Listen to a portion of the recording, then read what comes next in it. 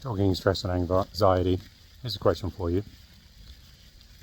Who or what are your top 5 relationships? 5 individuals, animals possibly, that you have the most significant relationship to.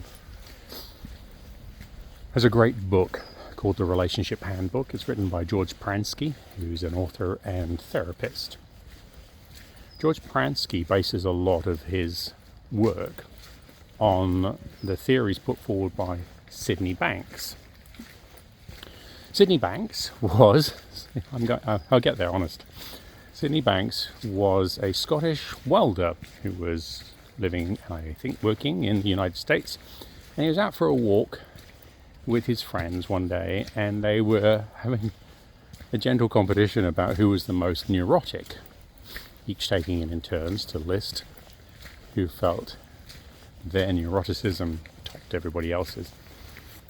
And when it came time for Sydney to outline his neuroticism, his friends very sagely said, "You're not neurotic, Sydney, you just think you are." And that kind of stopped him in his tracks. Actually, it probably didn't, because he was out for a walk. So he was keeping up with everybody else. But mentally, it stopped him in his tracks. And he kind of built this idea that maybe you're not neurotic, you just think you are. And George Pransky takes that and looks at relationships with it. And what he suggests is there will always be stuff. And we can choose to focus in on the stuff, or we can choose not to. And his approach is you have high mood, which is when things are going well and you're happy, and low mood when it's not.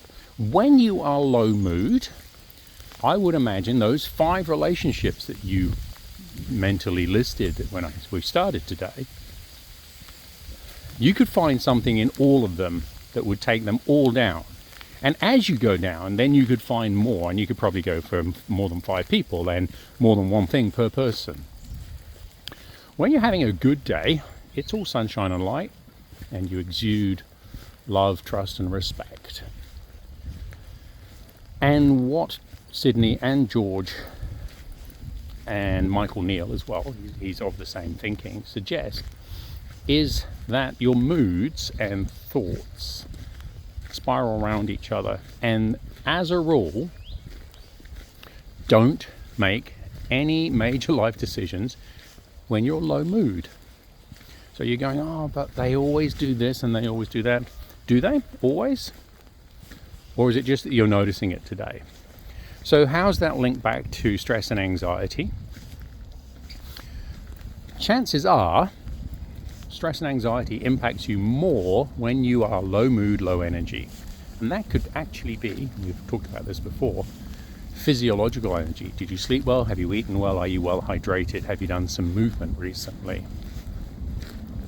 If you haven't, then perhaps the thoughts that are going to go along with that state are inadmissible. Come back later. Come back later when you, literally, just let it sit and come back later when you have the energy.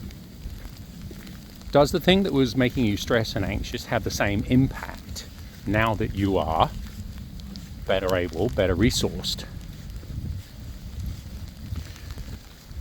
You're not neurotic, you just think you are. That's brutal, right? It's like, but I've got a lot of time and energy sunk into being neurotic, anxious, stressed. And now you're telling me I'm not, it's all in my mind? Well, actually, yeah, it's all in your mind, because that's the only way that we interact with the world. Our bodies can't think for us. They can send sensations, but even that is interpreted by what's all in your mind. So you're not neurotic, you just think you are, is the wake-up call.